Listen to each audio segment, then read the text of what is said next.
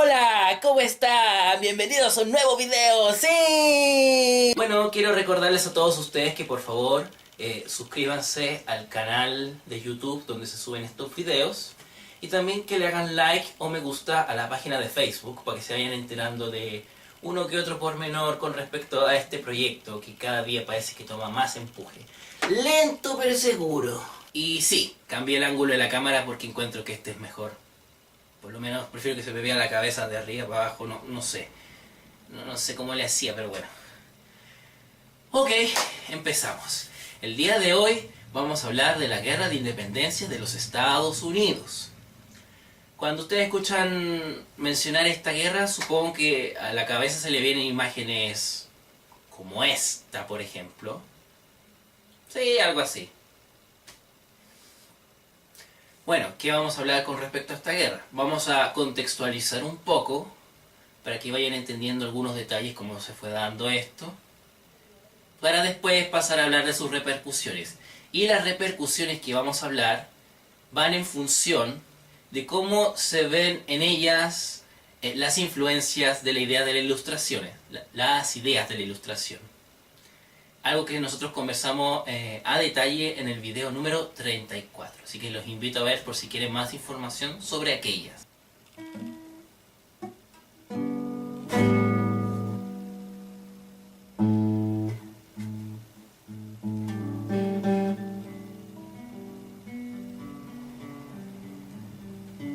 Corre el año 1620 en Norte de América.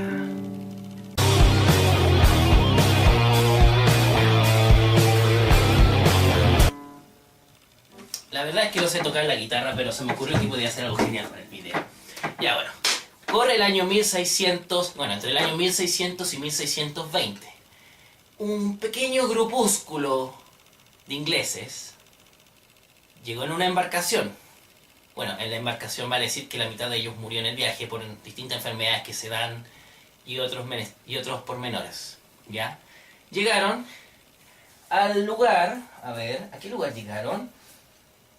Llegaron y se instalaron en lo que se podría llamar Jamestown, en el estado de Virginia, alrededor del año 1620.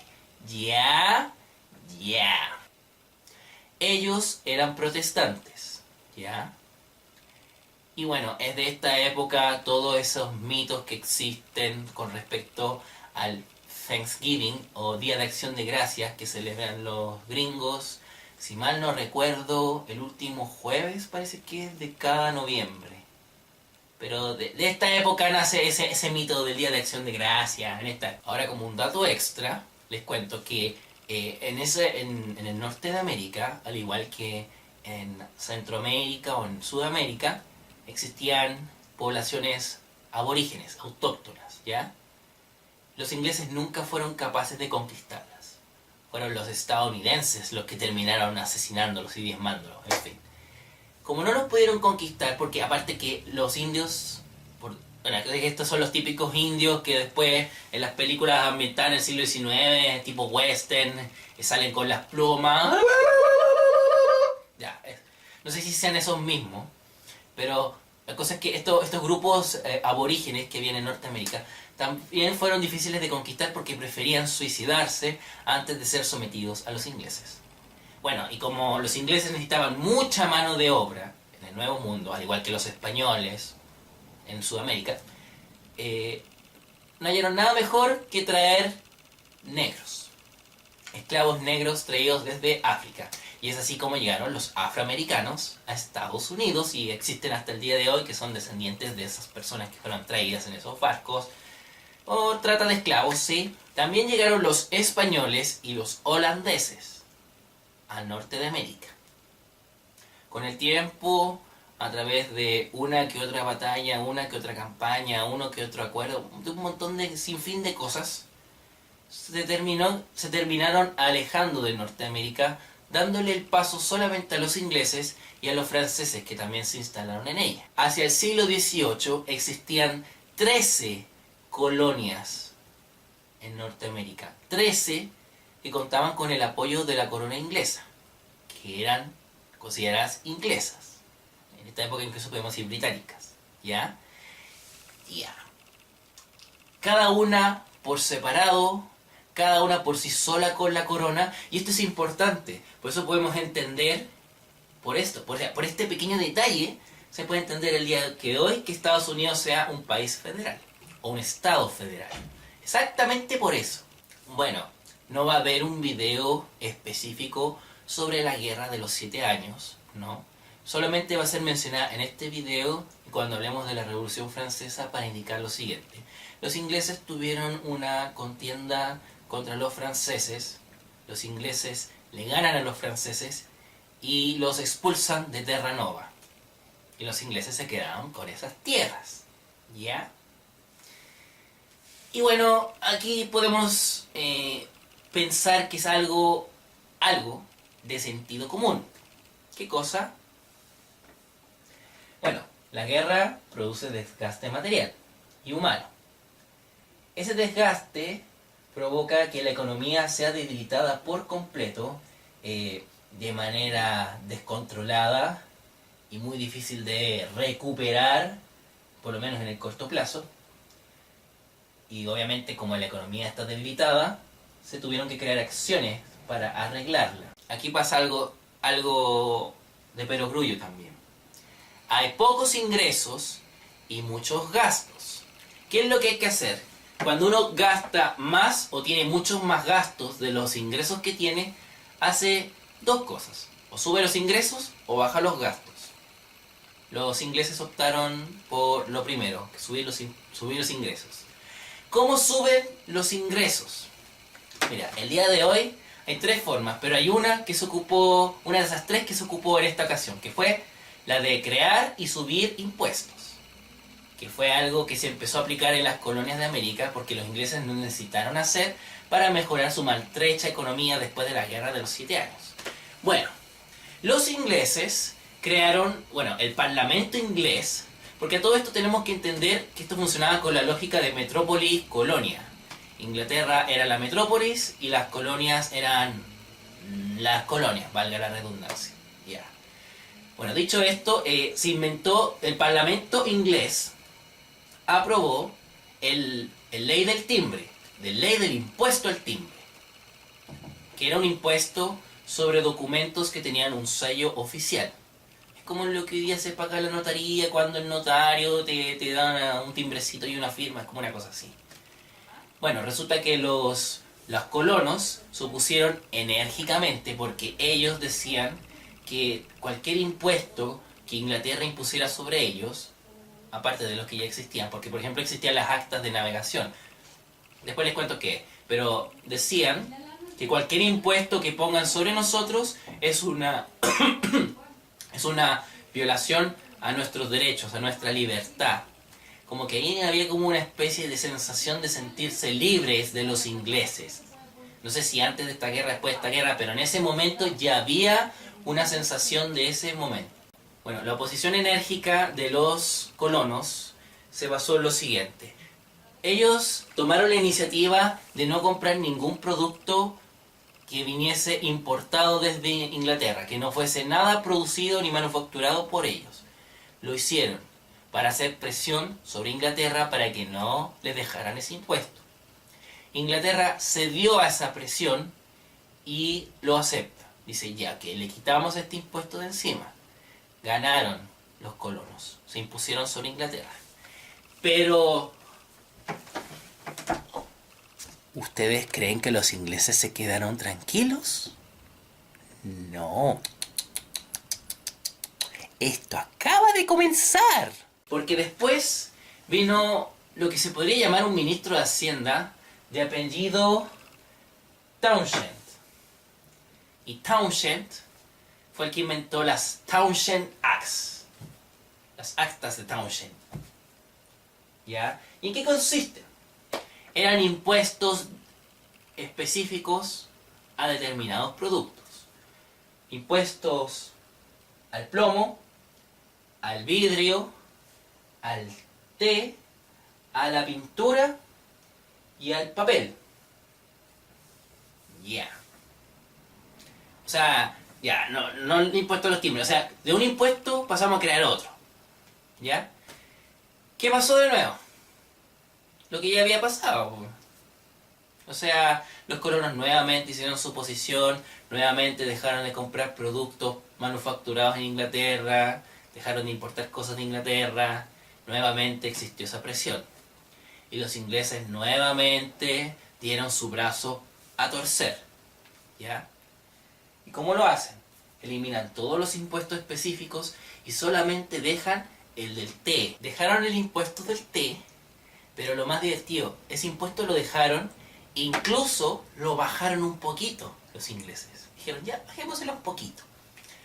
Y los colonos nuevamente hicieron su oposición enérgica. Nuevamente. De hecho, esta vez tuvo algo peculiar la protesta de los colonos.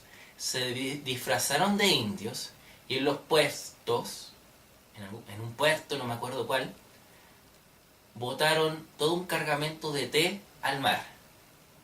Sí, claro, no había conciencia ecológica ni nada, pero fue una forma de protestar, de decir, bueno, toda esta mercadería queda inútil, inservible. Esa fue la idea. ¿Ya? ¿Se acuerdan que yo les había dicho esto de que Inglaterra era algo así como la metrópolis y las colonias eran como la periferia, las colonias que respondían a esa metrópolis? Bueno, eso se debe a que Inglaterra, al igual que España, se regían por el sistema económico llamado mercantilismo. Y nosotros nos referimos al mercantilismo largo y extenso en el video número 34. Hacia el año 1774, en la ciudad de Filadelfia, ciudad que después era conocida por gente como Rocky Balboa, se hizo un congreso entre 12 de las 13 colonias, ¿ya? Menos Georgia. En Filadelfia se crea una declaración de derechos, y en ella se contemplan como derechos, valga la redundancia, fundamentales, la vida, la libertad y la propiedad. ¿Estos tres derechos no les suena de algo como que ya lo hubiésemos conversado también? Son los mismos tres derechos fundamentales que decía John Locke que tenía el ser humano. Bueno, el hombre en realidad, porque nunca hablaban de la mujer. Pero si lo queremos extrapolar a la mujer, pues sería el ser humano. Ahí tenemos una influencia clara de pensamientos que en esta época estaban en boga. Bueno, esto al año siguiente se hace otro congreso donde las colonias se declaran. Al año siguiente se hace un segundo congreso donde las colonias se declaran independientes de la corona inglesa, ¿ya? Y al año que siga ese, que ya sería 1776, se firma la Declaración de Independencia. En ese tan recordado 4 de julio, que es el que celebran los estadounidenses, y así los ingleses, los estadounidenses, ¿ya? Por si acaso, la guerra de independencia fue entre 1785 y 1783, por si acaso, que se vayan ambientando un poco. Es decir, la declaración de independencia fue casi al comienzo de la guerra, y primero se hizo la declaración de independencia casi, y después se tuvo que pelear la guerra de independencia, para que se hagan una idea de cómo fue. ¿Ustedes han escuchado hablar de Benjamin Franklin? Personaje que siempre es recordado porque descubrió la electricidad, y que, por ejemplo, existe toda una caricatura de él encumbrando una cometa y que supuestamente se descubrió la electricidad. Bueno, resulta que este personaje fue importante en esta época. ¿Por qué? Porque fue el primer embajador que tuvo los Estados Unidos, el cual buscó apoyos de países europeos que puedan ser aliados a su causa. Países que detestaran a los ingleses. ¿Cuáles fueron? Los franceses y en menor grado los españoles. Tuvo que viajar a París para conversar y así tener las tropas necesarias para poder ganar la guerra. Dijimos que la guerra terminó en el año 1783. Ese año se firma el Tratado de Versalles, donde se reconoce que las 13 colonias son independientes de Inglaterra. De partir de entonces se habla de los Estados Unidos de América. Si ustedes se preguntan cómo se pasó de 3 estados a los 50 que existen el día de hoy, lamentablemente ese es un tema que no voy a abordar, pero algo tiene que ver, por ejemplo, la guerra civil inglesa, la guerra civil estadounidense del siglo XIX y cosas así. Y es que eso no viene al caso, por eso no voy a hablar de ello. 4 años después del Tratado de Versalles, con el cual se declaran los Estados Unidos de América, se crea la Convención Nacional, que crea la Constitución de los Estados Unidos, la cual existe hasta el día de hoy. Por supuesto que con algunas correcciones, algunas enmiendas que antes no existían, pero es la misma Constitución. O sea, hay países que se quejan de que tienen 50 años con la misma Constitución, este país ya va para más de 200 años con la misma Constitución, para que se vayan dando cuenta de esos pequeños detalles de la vida. ¿Por qué es importante esta Constitución? Porque se creó con los ideales de la Ilustración y con planteamientos como los de John Locke. Nuevamente Benjamin Franklin es nombrado aquí porque él fue uno de los autores de dicha Constitución. Y bueno, chicos, para que se hagan un poco una idea, pues les digo que ¿cómo podemos ver que esto, por ejemplo, tiene influencias de la Ilustración? Pues bueno, les voy a decir lo siguiente. Bueno, primero que todo hay una división de poderes en ejecutivo, legislativo y judicial. Algo que a ustedes les suena como algo, no sé, suena como algo... Les suena como muy común el día de hoy. No sé cuál es la palabra. Ya. El ejecutivo lo tiene el presidente. El legislativo lo tiene un congreso bicameral entre senadores y representantes, no diputados, representantes. Y el tercero es el que sería el judicial, cae en la Corte Suprema de Justicia. ¿Ya? Se establece en forma de república, no de monarquía, sino habría un rey en vez de un presidente, entre otras cosas, ¿ya? Porque el rey tiene connotaciones de poder absoluto, en esta época todavía, supuestamente, no como hoy día, y bueno, también porque un monarca es representante de la soberanía divina. Aquí lo que se quería hacer era lo que se llamó la voluntad general, o también conocido como soberanía popular, esos detalles de la vida, ¿ya? Y porque, bueno, en Norteamérica no existían los títulos de nobleza ni dinastías como en Europa. Que en el resto de América tampoco existen esas cosas. Por eso en ningún país de América se hizo una monarquía. No existían simplemente los monarcas, ni los títulos de nobleza que pudieran ostentar una monarquía. No es difícil, ¿cierto? No es difícil. El sistema es representativo, no participativo. Es decir, la gente elige a los representantes que supuestamente van a encauzar sus intereses dentro de las distintas instituciones que tienen el poder y que supuestamente velan por el bien común de toda la gente que vive en los Estados Unidos. En fin, ¿se entiende? ¿Ya? ¿Cuál es la primera conclusión que nosotros podemos ver que salta a la vista? La siguiente, la de decir que, bueno, ese es el régimen que se aplica en todos los países de América, con excepciones, matices y cosas, pero básicamente esa esencia se replica de esa forma, ¿sí o no? Sea en Chile, sea en Argentina, sea en Colombia, sea Venezuela, sea México, etcétera, un largo etcétera. Bueno, ¿y por qué es esto importante? Bueno, porque entiendan, miren, esto básicamente sirve, esto que acabamos de decir sirve como un ejemplo de que la historia de un país ayuda a entender por qué nosotros en ese país tenemos un determinado régimen político, que uno, aunque intenta hacer ensayos de otro tipo de régimen, no funciona. Uno podría decir el poder de la costumbre, no sé, pero parece que la historia de las naciones, de los países, nos dice un poco cuál es el régimen que se instauró y el que se fue llevando con el tiempo. Y que eso ya forma la naturaleza de los países. Y que cambiarla es como, no sé, es como empezar el país de nuevo, como reiniciarlo. Y la resistencia es tan grande por lo mismo. Miren, esto ya fuera un poco de tema, pero por ejemplo en Chile Se dice que Chile es un país centralizado. En la colonia, este era un país centralizado. ¿Dónde estaba el centro? En Santiago. El día de hoy, ¿qué pasa? El centro del poder está en Santiago, ¿cierto? Eso para que se vayan teniendo un poco esta reflexión.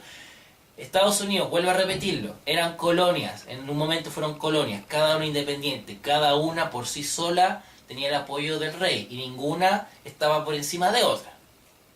Por eso después, cuando se convirtió en Estados Unidos de América, se convirtió en un estado federal. ¿Ven? Y bueno, chicos, estas son las ideas que, por ejemplo, la Ilustración utiliza para que la burguesía desplace de las instituciones, del poder político, del poder económico, a la nobleza que ya se venía bastante desgastada y al clero que venía detrás de ellas. Otro ejemplo de esto es la Revolución Francesa. Vamos a hablar de esto en el siguiente video. Y eso es el tema del día de hoy. Espero que les haya gustado. Acuérdense por favor del canal de YouTube, la página de Facebook y nada. Cuídense, que estén bien. Nos vemos. Adiós.